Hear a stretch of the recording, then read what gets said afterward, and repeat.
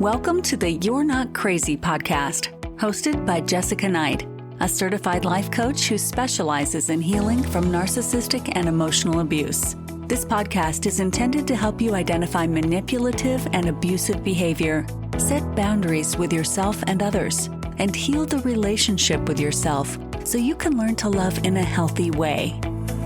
You can connect with Jessica and find additional resources, content, and coaching at emotionalabusecoach.com. Before we begin, I just want to make a quick note.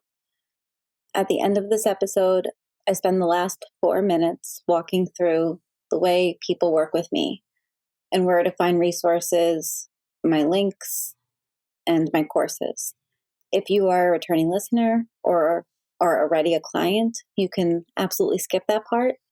If you're new or trying to figure out what kind of support you need, it's there for you. It's the last 4 minutes. Thank you so much for being here.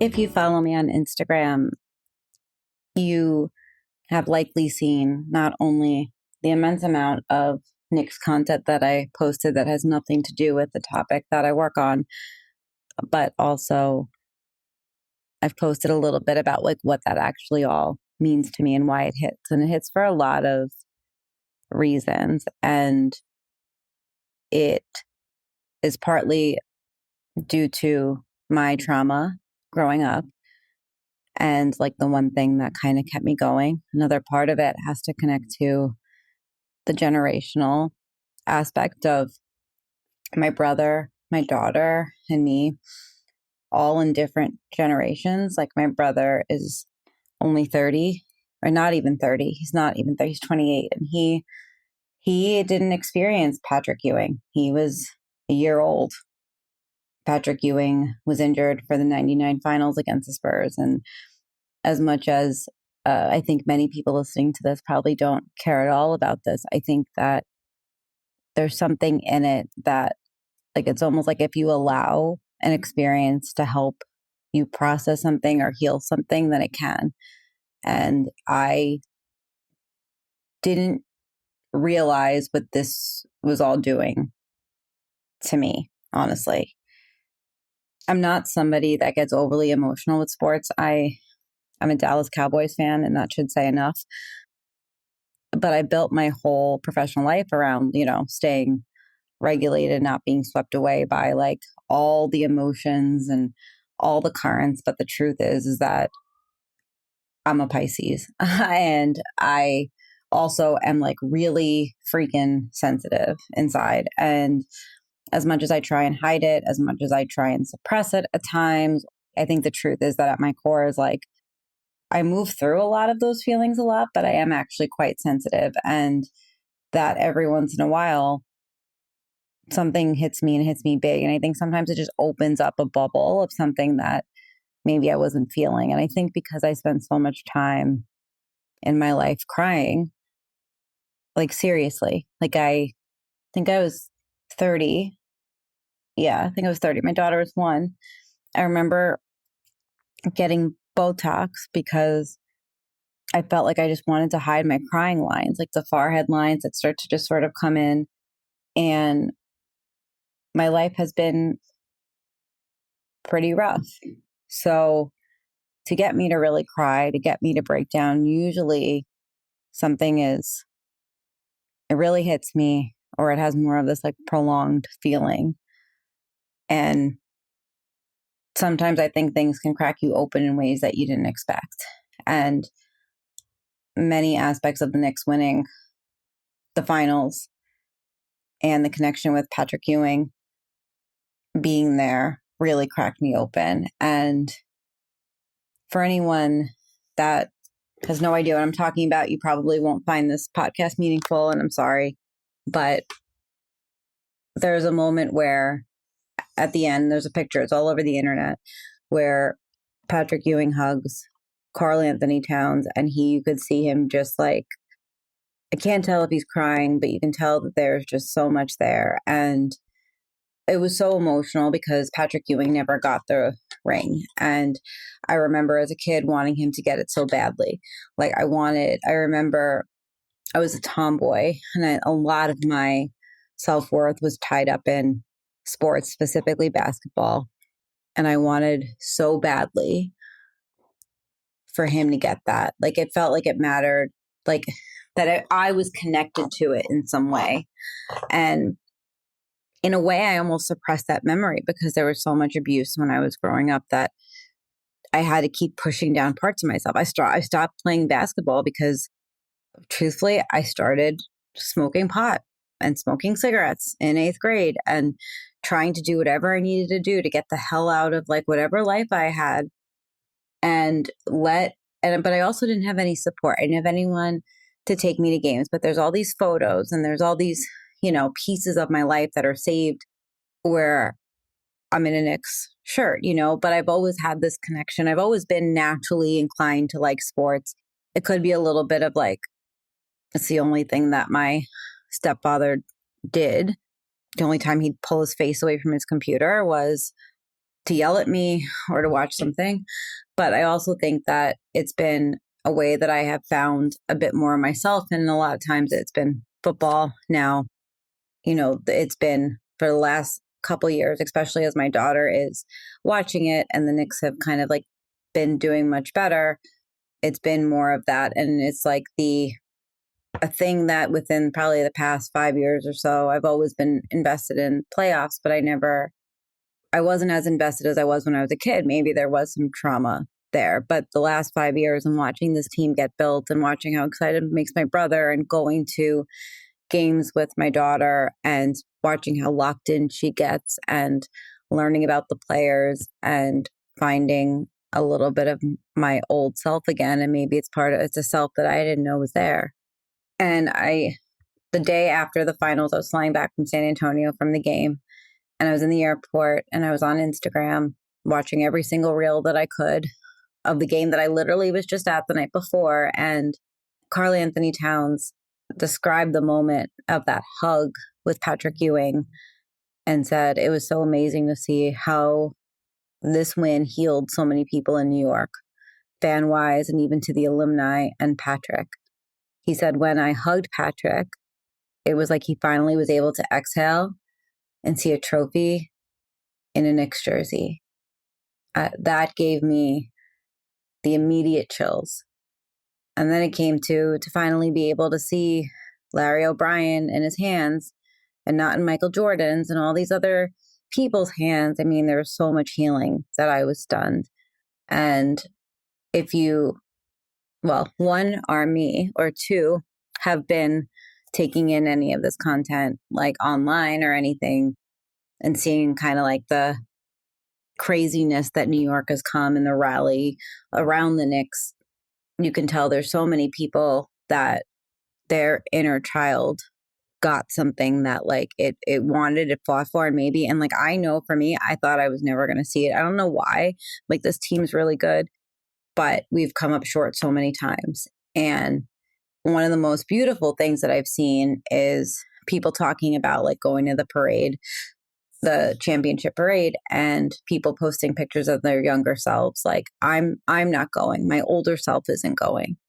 I'm going for that kid inside me. And it just brought up, I'm like going to cry now. Like it brought up for me that this is not, that for a lot of people, not just me. So one, I'm not crazy like I thought I was, but it's so many people are having this moment of healing from something that was maybe we thought we weren't going to see, but maybe other people didn't realize how much that inner child like wanted that. And I think it just has been bringing out just like pure joy and pure happiness and pure pride and just like the ability to rally around something collectively with so many other people, and also so many other people that are like within my age range.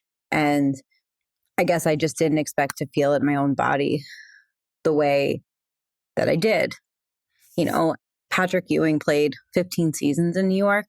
He made the playoffs 13 times, and he took the Knicks to the finals twice and was one win away from winning in 94. And in 99, he got injured. He tore his Achilles And he had to watch from the sidelines as they lost. And then it was over and he never got there again. And he has since spent years watching.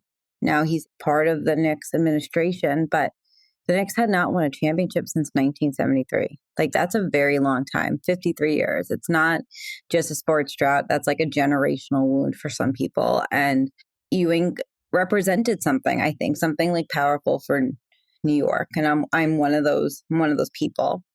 And I grew up in Queens.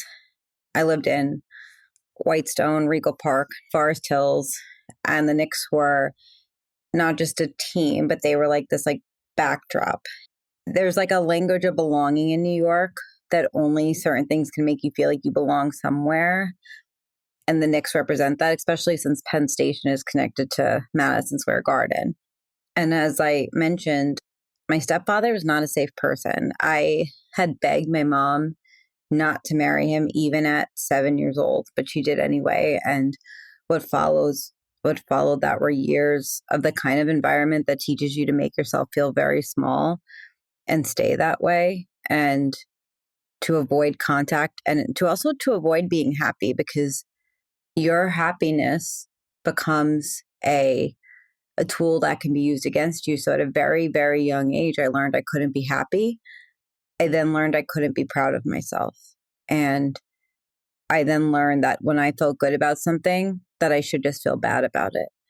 And it took me almost until just a few years ago to be able to recognize that and start to heal it. That my self-esteem or self-love, and end quotes, was so distraught and so traumatized that every time I internally felt good about something, I knew that it was time to now feel bad about it. Like, it's just in my DNA. And like, I grew up in a house that I was hit constantly. I had food thrown at me at tables. There was shouting. I was always the butt of every joke. My brother remembers it too. I have two brothers, but he remembers it from his perspective of being a very small kid and being told that I was not safe. And I played basketball throughout a lot of that time. I was short, but I love the game the same way you love something that belongs entirely to you. And I was really good at it when I was younger, even though I was short, but I stopped playing. And the truth is that no one actually believed in me. Like, no one did believe in me. I remember my middle school coach did, and I remember him trying to give me this pep talk of like, if you just put your head in the fucking game. But like, I remember saying to him, like, you have no idea what's going on at home. And I'm here at practice and I know what I got to go back to. So my head can't be in the game. Sometimes when I record these podcasts, I literally don't remember like a memory until it kind of comes up like that. And so it was the truth. It was like trying to hold something and but getting worse and worse at something, because I was so depressed and so suicidal. But I kept like holding on to this thing. It stayed inside of me. I remember like going to basketball camp when I was younger and thinking about doing the high school team, but I was so far gone mentally then, so mentally unwell, had no support, that I just couldn't do it. And I think that I didn't want to have that feeling of being part of a team and not feeling good and not being told that I had potential when like nobody knew what I was experiencing. And that's not like a victim mentality. It's like a looking back at that like inner child now and thinking like, wow, I didn't even have anyone that came to my games. Like, I remember like not even having ways to get there a lot of the time. So it was like, how could I stay in something like that and see these other parents that are bringing fucking oranges and, and like supporting and staying after and helping. And it's like, I'm lucky if I happen to get a ride home. It just, the contrast, I think, killed me. And my brother had a different story. My other brother didn't play sports, even though he should have. He's 6'5" and strong and a lot of things. But my other brother would be berated by my stepdad on the way home every day, and like from a game of all the things that he did wrong, and he stopped because he didn't want to hear it anymore. And so just a different version of it being bad. And now, because he's the only one that really has contact with him, will say things like, "You were so good back in the day." And I'm sure he wants to punch him in the face. But I've been watching the game and watching Charlotte really fall in love with the game over the last few years. Charlotte's my daughter, which if you're listening to this and you're still here, God bless you. But my kid is 9 years old and she's the shortest kid in class and she doesn't really care about any of these things. And this season she got fully into the Knicks, like from the beginning and from last year too. This kid's she's been to a ton of games. We go every time they're in Boston. We go usually every time we're in New York. We go on Christmas. Like, she's in it, and she has started a "Let's Go Knicks" chant in TD Garden, which I'm very proud of. But watching every game, like watching how she knows the players, answering questions about them, like really feeling every like possession. Like I watching her, I kept thinking about that court in Rego Park and where I would practice when I was a kid. And we went to the park to shoot some hoops. And I don't think I had shot a basketball other than like outside of my mom's house, where my brother has a hoop that he lowers for my daughter. And I would say 10 years. And I picked up the ball, went to the foul line, I shot it in, and I let myself feel that moment of, yeah, you got it in. Like, first try, you still have it somewhere in you. And then we continued to play. And she, like I said, she's a peanut. Because she's 4 feet tall, she couldn't get it in. And I kept thinking about something my grandma used to say. And she'd be like, "I don't understand why they make you play on those big hoops, like the same size as like the adults play." And I was like, you know what? She's right. Like, I wonder how we do teach kids how to play, like, especially like a kid like Charlotte. Like, nobody ever thought about that for me. And I went home and looked it up, and it's like literally a smaller ball. And you just meet them where they are. Like, you get a smaller ball. You don't shame them for not reaching something built for someone bigger. You just change the conditions so that they get that feeling of making it. And so that feeling lives in their body, and so that they want to come back to it. And I got the ball, and it's like, I don't know, it's not that much smaller, but it's like, it's made to help her like develop the muscles and the strength. And I gave it to her. Like, I just basically like brought it to pick up one day, and I had told her about it, and she takes it, she goes up, like, not the foul line, maybe in between like the hoop and the foul line, makes one shot, goes in immediately. And she looked at me and goes, "Mommy, that felt so good." And I was like, "See, I told you that feeling feels so good." And for me, it was like that. This is what healing looks like. It's not complicated. It's just the opposite of what I had growing up. And doing the work and doing the little things, like getting the fucking smaller ball so that my 4-foot child can have that feeling of just getting the ball in the hoop. And it was like, it's been a bit of a full circle moment. And that moment I'm mentioning on the basketball, like on the court, was probably about a month ago or so. But now we've gone a lot more times, and she's been having that feeling so much more. There's another thing that Karl Anthony Towns said that I want to mention, and it's something that I haven't been able to let go of. But he said, "You never realize a little kid watched the Knicks play, win a championship with his dad. And now he's the one with his son celebrating that same moment with him and his father." And he was talking about fans in the building, like the people watching from New York, and the intergeneral nature of what that means to love a team. Like, there most likely were really tiny, people that are probably in their 60s now that may have watched that with their dad, who may or may not be here anymore. And then they haven't won since then. Actually, no, they wouldn't. They probably are not here anymore. 53 years, right? So now they get to watch that with their kid, with their grandchild too. And I heard something in that too that really sat with me. And I heard what it means to pass something down whole instead of broken, and to give your kid this memory that's full of joy and not full of survival. And I really I really loved that. And I really loved what like it meant for so many people, because I know that my brother, myself, and I like Charlotte's going to remember the 2026 Knicks. You know, she's going to remember where she was, that we were at the game, and what it felt like when it finally happened. She was with my brother standing, because right when they turned it around was like shortly after she went to go sit with him or stand with him at his seat. And they both refused to move after that. But she's going to remember that I was right there with her, picking her up so that she could see Brunson being handed the trophy, and that we climbed over chairs to be able to go next to my brother, who was further away, but we just wanted to be with him, you know, and she's not going to inherit the basketball wounds that my brother and I have, and maybe be able to feel what it's like to be good at something. And so for me, when I see these videos, and you know, when Towns ran across the court and grabbed Patrick Ewing and said, "This was for you," I was not just watching two basketball players. I was watching what like real repair happens in real time. And I think that for me, knowing what Ewing carried, like knowing what it means to be so good at something, but not getting that win, he knew what it meant to love something your whole life and not get to finish it.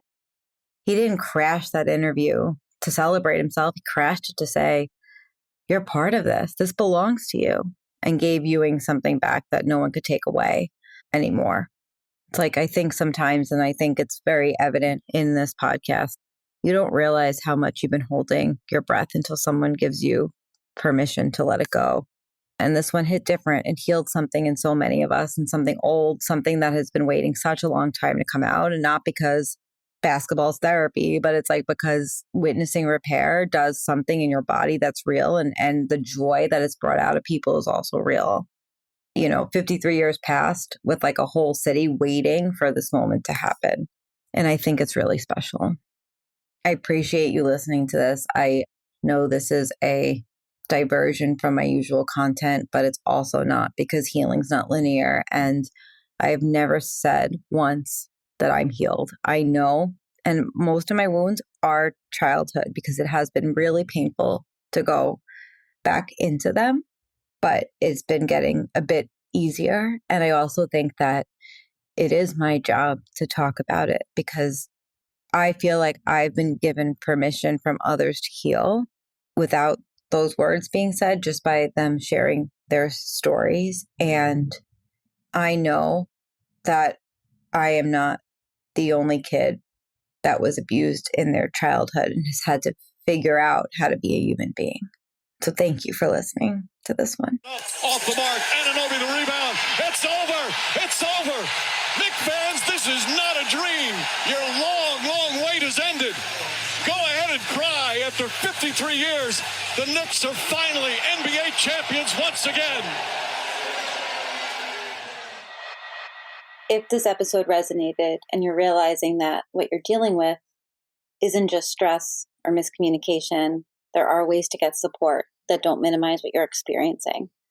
I'm going to spend the next couple of minutes telling you about my offerings, because at the core of my business is one-on-one coaching. The podcast is something that I do because I do like being able to help a broader audience. But the truth is that the core of my work is really coaching and providing other offerings so that people can begin to heal. At the center of everything I do is one-on-one coaching. That's where I slow things down, listen closely, and help you make sense of what's happening in your specific situation. It's not a template. It's not just based on theories, but it's really focused on your real life. Some people start with a one-time validation call. That is a single focus session where we look at one specific situation or pattern that you're struggling with. And the goal isn't to fix your life or push you into decisions. It's to help you name what's happening, put it into context of reality, help you notice where you are in it, and offer some feedback and tools to how to navigate it. I also offer an intro call. The intro call used to be called the clarity call, and it's a short call where you can share what's going on for you, and I can explain how I work and whether I'm the right fit for your situation. There's no obligation to continue after that. It's simply a way for us to get on the same page before moving forward. For people who need ongoing support, I offer weekly or biweekly coaching. This is especially helpful if you're navigating emotional abuse, trauma bond, high conflict divorce, or custody and co-parenting with a difficult or controlling person. Ongoing work allows us to track patterns over time, stay anchored when things escalate, and make decisions in a way that protects your nervous system and your long-term stability. All of my coaching options can be found on my websites, emotionalabusecoach.com and highconflictdivorcecoaching.com. Both links are available in the show notes of this episode. In addition to one-on-one coaching, I offer several self-paced courses and programs. They're called Divorcing a Narcissist 101, How to Document for Family Court, Emotional Abuse Breakthrough Course, Setting Boundaries with a Narcissist, and Unhooked, which is my program and private podcast that walks you through the full cycle of abuse, helps you map it out in your relationship, and shows you how to begin to break free from the trauma bond. I also write on Substack, where I explore topics like trauma bonding, emotional abuse, coercive control, high conflict divorce, and the cluster B dynamics. There's a free option and a paid membership that offers deeper dives, Q&As, and additional resources. Everything that I do and everything that I built is around one core truth and message that you're not crazy, you shouldn't feel crazy, and that even though I can see patterns in what you're experiencing, it doesn't mean that it's normal. It's not healthy. My work is really about helping you understand what's happening and begin to trust yourself again. All of the links that I shared are in my show notes, and I really appreciate you being here.